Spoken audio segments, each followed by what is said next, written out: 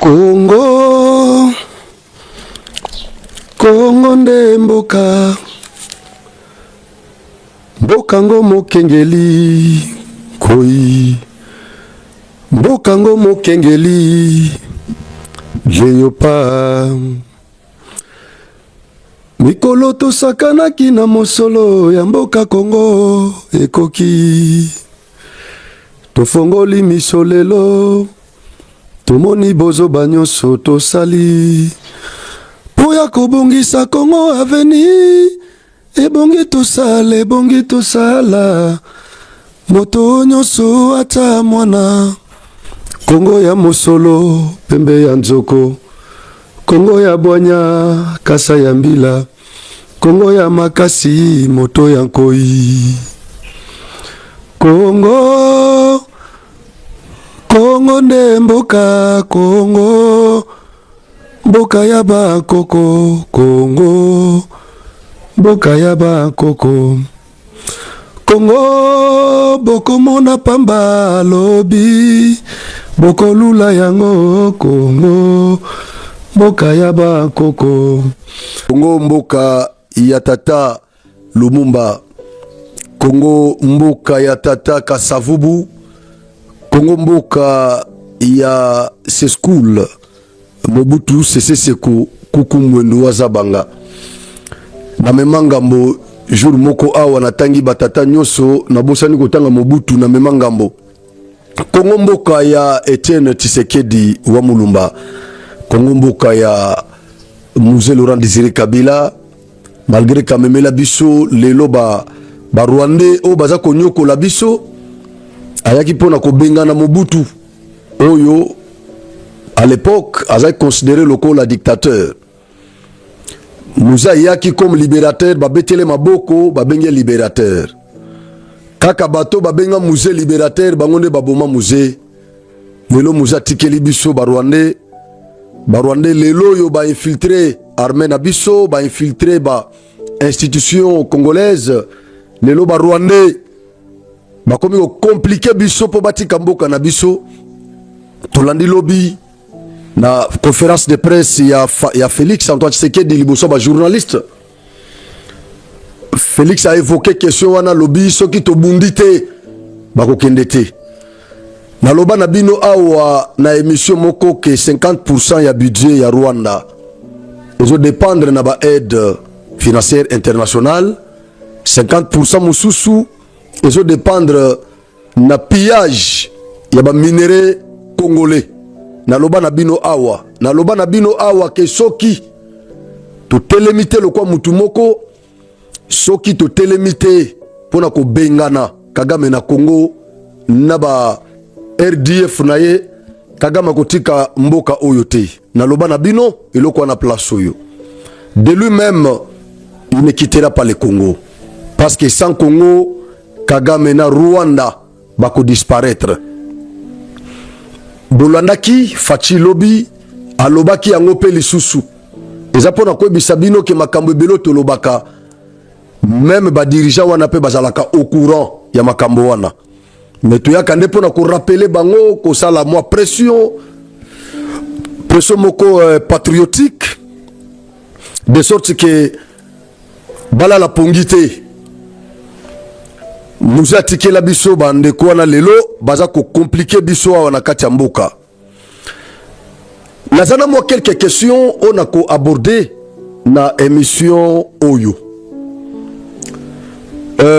Localité ya Kiguruwe na Sud Kivu est passé sous contrôle ya bana mboka. Ba FARDC na ba wazalendo. Je vais aborder cette question na kati ya émission yo. Ba chef coutumier et ba chef de quartier ya ville ya Goma, bande konangai M23 a changé les bango face. Bakangi bango nyonso bazotina bango na Chanzu bakende formation militaire.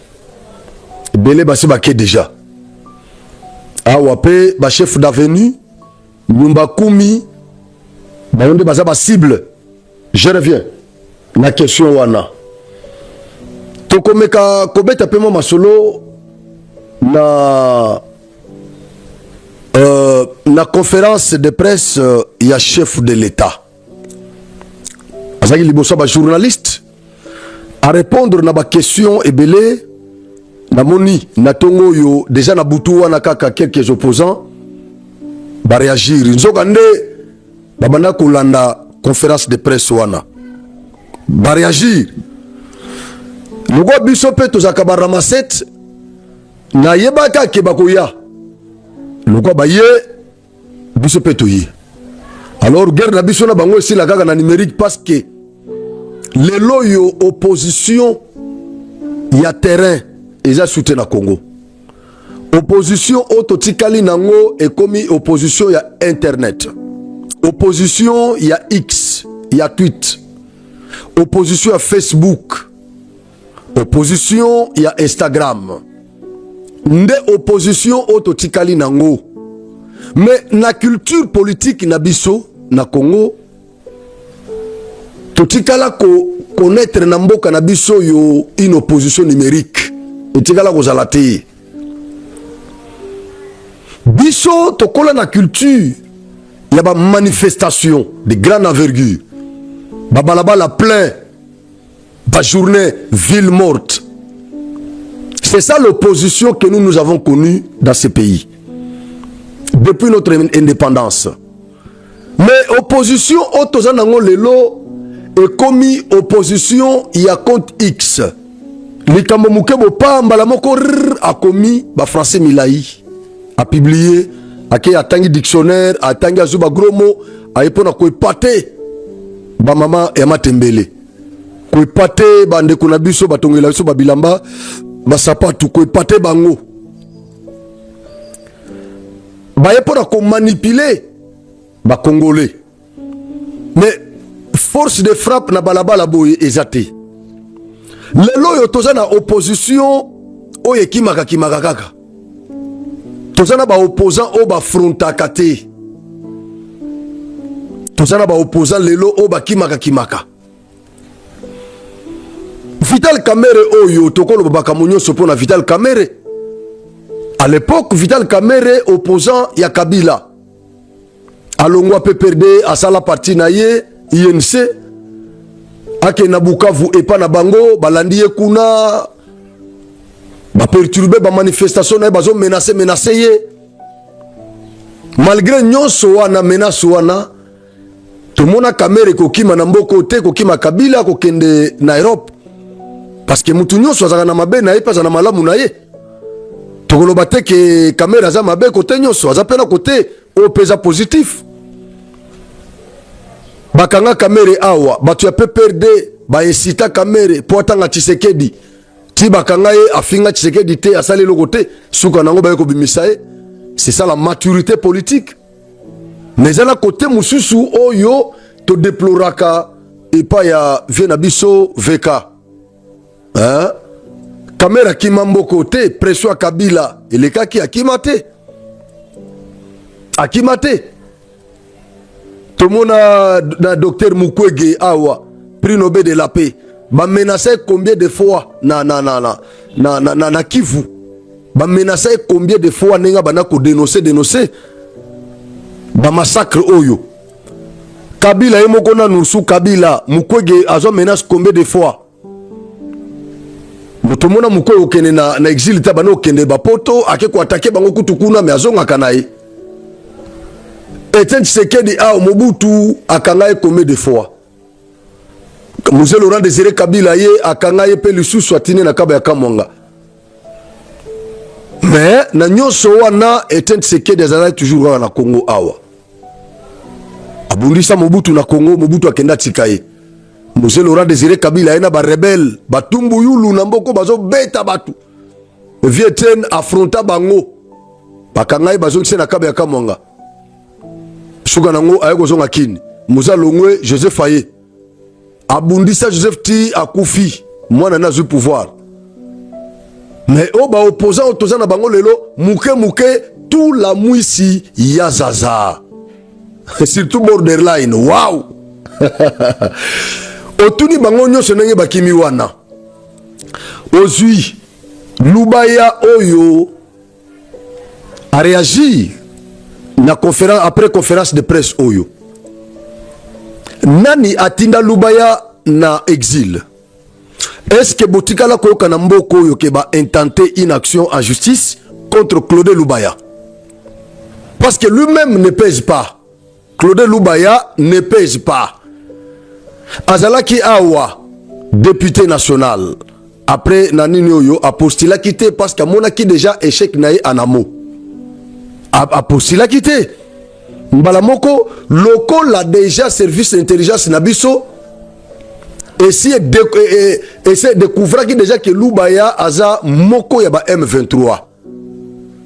Nyonso ba service wane loba. Yango zoko kisama lelo.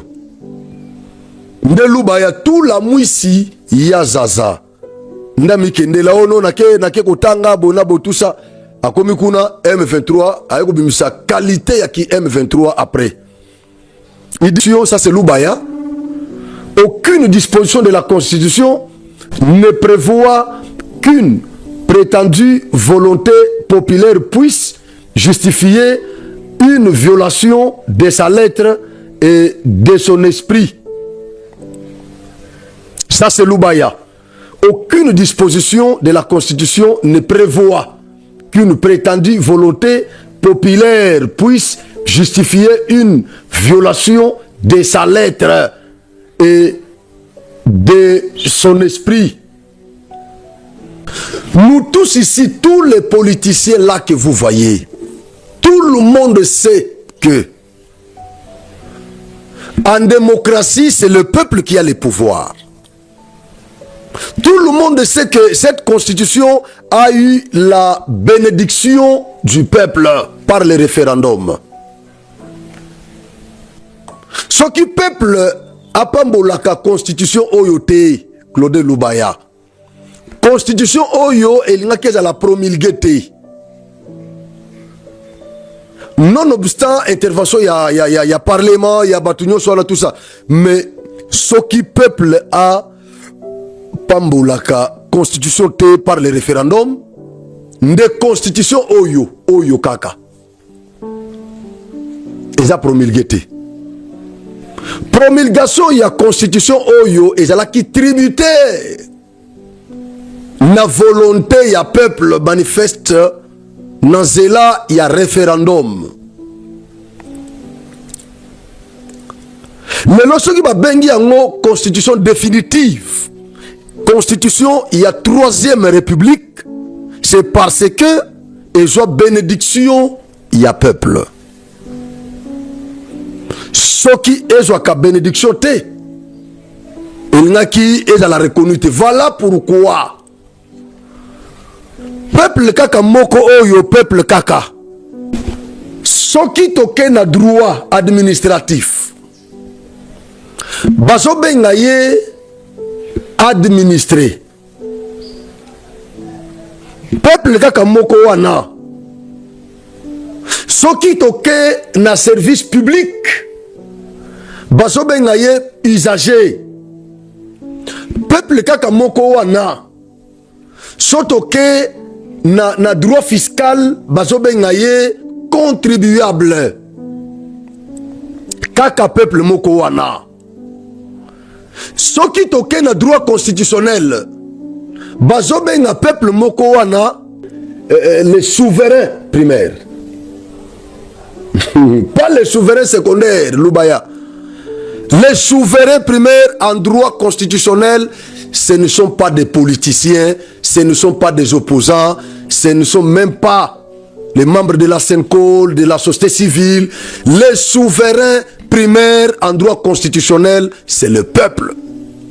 Voilà pourquoi le professeur Jacques Joly vous dit qu'en démocratie, le peuple c'est le Dieu créateur, parce que c'est le peuple qui crée les dirigeants. Je ne suis pas sur le plan spirituel, parce que en théologie, toute autorité vient de Dieu.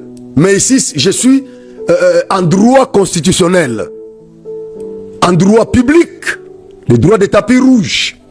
Ici, on vous dit qu'en démocratie, le peuple est Dieu créateur, parce que tout pouvoir émane du peuple. Je vous lis l'article 5 de cette même constitution. Il dispose ce qui suit. La souveraineté nationale appartient au peuple. Donc, souveraineté nationale. Yakati awa, yakati. Yakati awa. Vous prenez la souveraineté économique, monétaire, militaire, la souveraineté de justice, tout ça. Nous sommes ma portion, il y a souveraineté nationale. Nous sommes balobi ke ezako appartenir na peuple. Voilà pourquoi on vous dit que la justice congolaise est rendue au nom du peuple. On vous dit que c'est la justice qui élève une nation. Mais cette justice-là est rendue au nom du peuple, parce que le peuple, c'est lui le souverain primaire. Le Dieu de la démocratie, c'est le peuple. Mais on vous dit que la souveraineté nationale appartient au peuple. Tout pouvoir émane du peuple qui l'exerce directement par voie de référendum ou d'élection et indirectement par ses représentants. Ici, on nous montre deux sortes de démocratie. Démocratie directe et indirecte. Nous sommes en démocratie indirecte. Mais par moment, démocratie nabiso est comme un capé direct. Na moment, il y a élection. Il y a ba kondi, soit na moment, il y a référendum. Pona kopona mobe koli kondi oyo. Na mobe koli kondi, en ce moment, to pratique la démocratie directe. Parce que Bamemakango a le peuple a utilisé le pouvoir directement. Na référendum, pe na vote, il y a des dirigeants. Mais démocratie na biso de manière générale, c'est une démocratie représentative, la démocratie indirecte. Il s'agit de cette loi, parce que cet article 5 vous dit que le peuple exerce ses pouvoirs directement, par voie de référendum. Référendum pour kopona nini, kopona constitution otozanango. Kopona constitution otozanango. Donc ne moment où le peuple a salé laka pouvoir naie directement pour la constitution. Eza lubayate, eza se sangate. On parle ici du peuple, les souverains primaires. Après référendum, après élection, peuple a pesi député, a pesi président pouvoir, bokenesko exercer yango indirectement. Wana siko peuple a commis qu'on subir. A pesi bango pouvoir, banyo kole te, peuple azane wana zotala. Soke tambola bete soke tambolite aleli. Mais dans le moment il y a référendum, dans le moment il y a élection, nde moment baton ba ke pas peuple. Nde moment au peuple a exercé sa pouvoir naie directement. Lubaya. Donc le peuple en démocratie c'est le souverain primaire. Pourquoi? Parce que la souveraineté nationale lui appartient. Lubaya. Hein? Ah, bah politicien Congo. Magamona zolo baluba yebi yango. Ne vous en faites pas, ayebi. Soka yebi yango nyo sauté parce qu'à ça la droite. Mais ayebi quand même en tant que politicien, atangaka, ayebi. Ayebi. Ayebi. Donc bazom briller biso pour rien. Pour rien. Peuple a un pouvoir et Kobengana Félix n'a pouvoir. Je vous dis. Le peuple a le pouvoir de chasser Félix Tshisekedi du pouvoir. Le peuple a ce pouvoir-là. Peuple a un pouvoir, il y a un pouvoir wana kopé sa franco avandia au peuple a un peuple a un pouvoir, il y a copi mais la lubaya o le pouvoir timo kola okufa kosimbangote. Peuple a un Ne vous en faites pas, le peuple a. C'est lui le Dieu créateur des politiciens, non des dirigeants, C'est le peuple. Donc, dans ma solo, il y a changement de constitution exclure volonté à peuple, ça dénote la manifestation de mauvaise foi. Parce que constitution, c'est une constitution définitive. Professeur Ambroise Kamoukouni, lorsqu'il parle de l'histoire constitutionnelle congolaise, il vous dit que nous avons connu dans ce pays les textes constitutionnels octroyés. Il prend la loi fondamentale de 1960. Il prend les textes de Mouzé Laurent Désiré Kabila de 1997. Il vous dit que ce sont des textes constitutionnels octroyés par le fait qu'ils n'ont pas connu la bénédiction du peuple. Cette bénédiction-là, le peuple l'accorde par voie référendaire. Alors, comme ces deux textes ici n'avaient pas connu les référendums populaires, voilà pourquoi le professeur Ambroise Kamoukouni les considère comme texte constitutionnel octroyé. Parce que Moko Moussa Yakanango et Outana Rwanda, na poche, accord de l'Emera, Moussousou, il y a 60, et Outana Belgique, et Job Bénédiction, Congolais. Alors, moi, kuna lobby, et ça n'a texte constitutionnel conjoncturel, où il y a conférence nationale souveraine. Alors, nous avons des constitutions définitives. Où il y a la première république, ensuite constitution, il y a l'Oulabour. Il y a le 1er août 1964. Et Kotsabiso, la première république. Tout le monde la première république, tout côté la deuxième république, na Kosovo Mobutu, tout le monde kuna, le lot tout côté la troisième république, na constitution et belligérant. Constitution de compromis, selon le professeur Jacques Joly. Du 18 février 2006, au Oyo. Donc, tu as la première république, tu as la deuxième république, le lot tu as la troisième république. France a la cinquième république. Mais pourquoi ce qu'on a la quatrième? C'est ce qui te montre que la constitution, et ça n'a pas de faux. Mouton a pouvoir, Sabino que constitution n'a pas de faux. Ayebi parce qu'il est au pouvoir. Loubaya Zaki gouverneur, il y a Kassai occidental à l'époque avant des découpages. Avant découpage, à Gera Tchikapa, Gera Kananga Mobimba, Kassa Central Mobimba. Botune Langana no Lubaya, Atika Nini, Nakananga. Lubaya Tika Meka waneze Kolo, Yamasango. Do Lubaya Atika Meka seke, Atikela Bakanange, Baliagana Bango Fufu, Soki Meka Imati, Batomboki. Botuna Yatang Labino ne serait-ce qu'une infrastructure au Lubaya Tika. Et à l'époque, Assemblée nationale, professeur les a raté. Gouvernement pèse à la raté, dirigé par province, n'a pas chef de division. Donc il avait tout pouvoir. Plénipotentiaire. Na province à Kassai occidental, Bachikapa, Minyo Chikapa, Ezaki sous contrôle à Lubaya. Botou na ye, province Kaka, province à Kassai occidental. Lubaya atika nini na province à Kassai occidental. Atika nini. Nakananga Luba Etikanini. Mais Tshisekedi Oyezo Bundisa lelo atongi université moderne. Abeti li solo na lobby na conférence a expliqué bino que moi na camarade ne moko beta tour imbécile. Nakananga akenda ko mona université wana a comparer on a ba université Canada. A lobby mais ata ototanga kuna zane tote. Siko lobby ke ekotonga masoki combien de plus de 25 universités ekotonga na Congo. Kananga lelo yo Nzela Kalamambushi, Kalate Kosila Nango, Ezo Kambola, Kalate Kosila, donc Kassai Central le coma désenclavé. Fari urbaine, Ezo Tambola. Banzela Nyonso, Lubaya. Atika Kutu délabré, Akipangote, Tshisekedi Lelo Zobungisa Banzela Wana. Athénée Royal, Tshisekedi Abungisi Yango. Na lobingi na ye. Morgia Sikana hôpital général. Lubaya à l'époque, qu'est-ce qu'il y a qui m'ont kotonga morgue yandenge wana na kananga. Kassai Central à l'époque, tika pesaki na kati to ba minéraux nyozo ndezaki na kati. Mais atonga nini? Lubaya Claudel. Botune la ngai Claudel Lubaya place au bozana ye. Bino bato bozana Lubaya. Boko miselanga vidéo pa na ye. Parce qu'il y a commis d'honneur des leçons de morale. Tshisekedi alekiye na tongo ko banda lelo ti na 2080 Tshisekedi aleki Lubaya.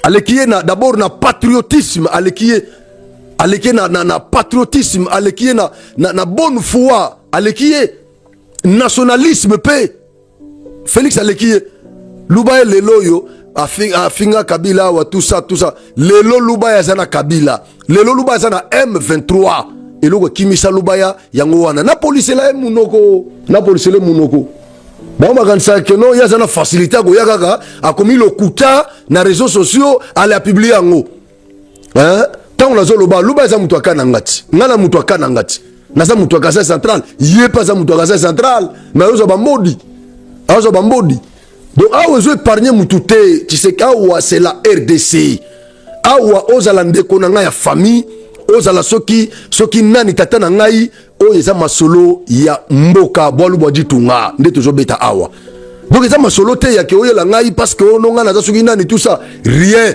Lubaya n'avait rien foutu au Kasa central quand il était gouverneur, rien du tout. Lubaya n'a rien laissé à Kananga. Ata ata ndaku ya kolala. Le monsieur quand il arrive à Kananga, alala na ndaku ya tata na bango na Kananga de. Soki na kosi batulie ba ko démentir. Alala kana ndaku ya tata na bango le pango famille na Kananga de. Mais quelqu'un qui était gouverneur na Kasaï central à l'époque et na Kasaï occidental. Asala soki 9 ans. Asala 9 ans na Kasaï occidental.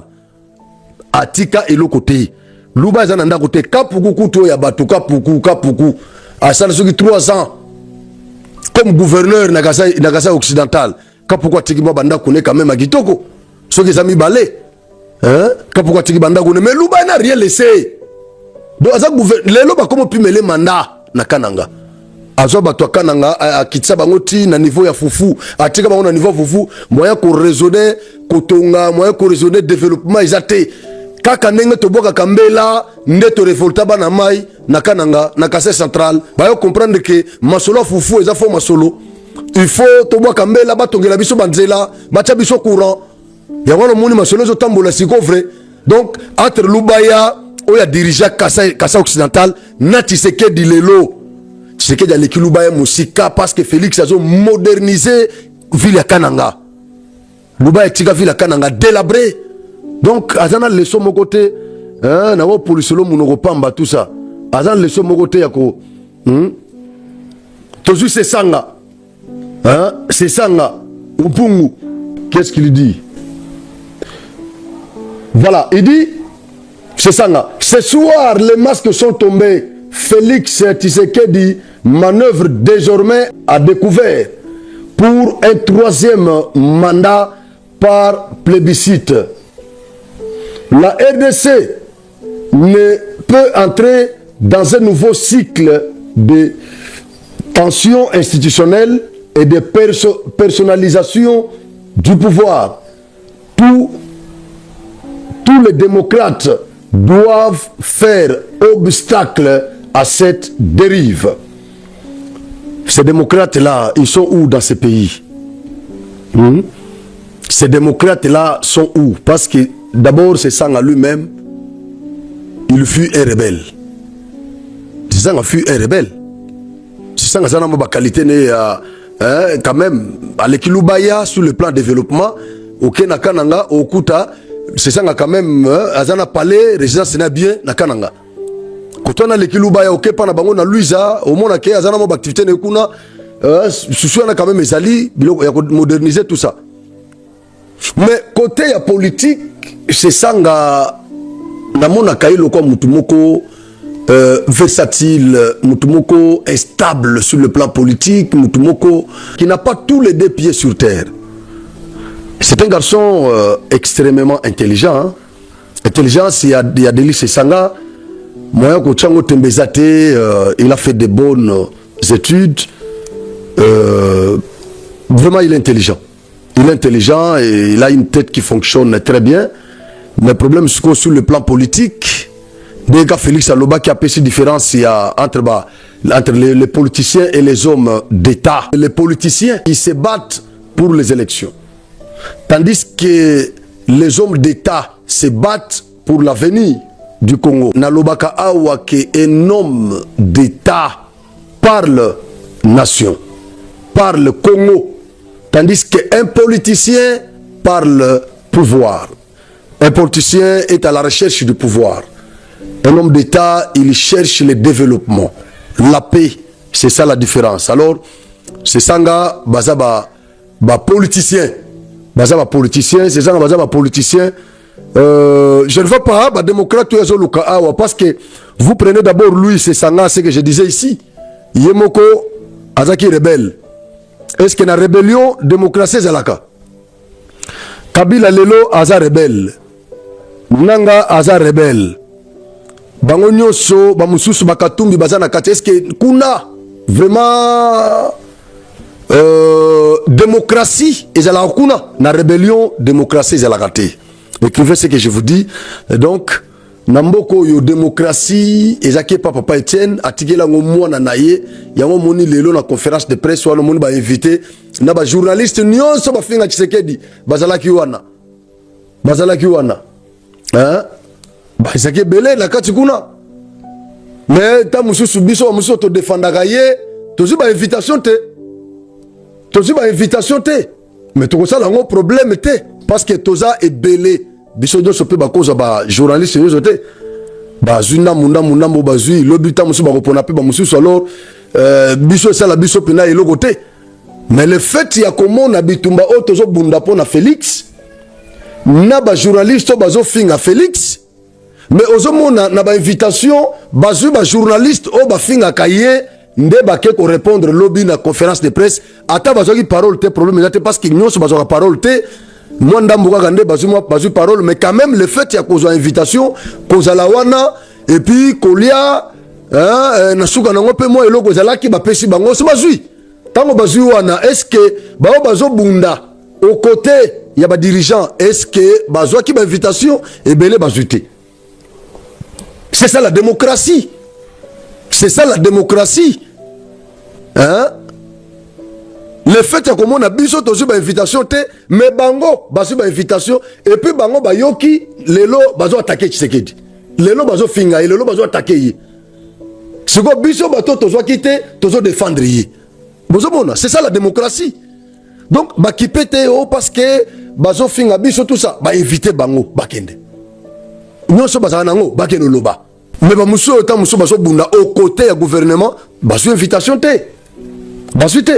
C'est ça la démocratie. Donc, je ne vois pas un démocrate n'a pas scélérat. Nyonso oyo bakena M23, il n'y a aucun démocrate. Parce que la rébellion, démocratie est la kate. La démocratie est la kunate. Est la rate. Démocratie na rébellion est la rate. En tout cas, merci beaucoup. Tokutani na numéro mususu. Bon, ça l'a plaisir à liker, à partager. Ingeta!